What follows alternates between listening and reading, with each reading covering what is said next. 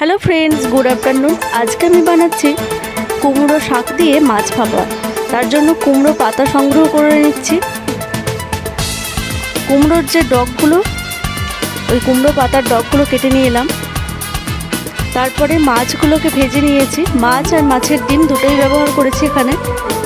মাছগুলো ভেজে নেওয়ার পরে কুমড়ো পাতাগুলোকে এইরকম ছোট ছোট কেটে দিয়ে দিলাম। এরপরে আমি দিয়েছি সর্ষে আর পোস্ত, সর্ষে পোস্ত বাটা, সাথে কাঁচা লঙ্কাও দিয়েছিলাম। আর দিয়ে দিলাম চেরা কাঁচা লঙ্কা, অল্প একটু স্বাদ মতো লবণ। এরপরে অল্প একটু জল দিয়ে দিলাম। মিক্সিতে যতটুকু মশলাটা ধোয়া যায় ততটুকুই জল, খুব বেশি নয়। আর দিয়ে দিলাম 2 চামচ কাঁচা সর্ষের তেল। এরপর গ্যাসের ফ্লেমটা সিমে করে দিয়ে 10 মিনিট রান্না করে নিলেই ব্যাস রেডি। ভীষণ ভালো হয় খেতে। গরম গরম ভাতের সাথে খেয়ে দেখতে পারেন।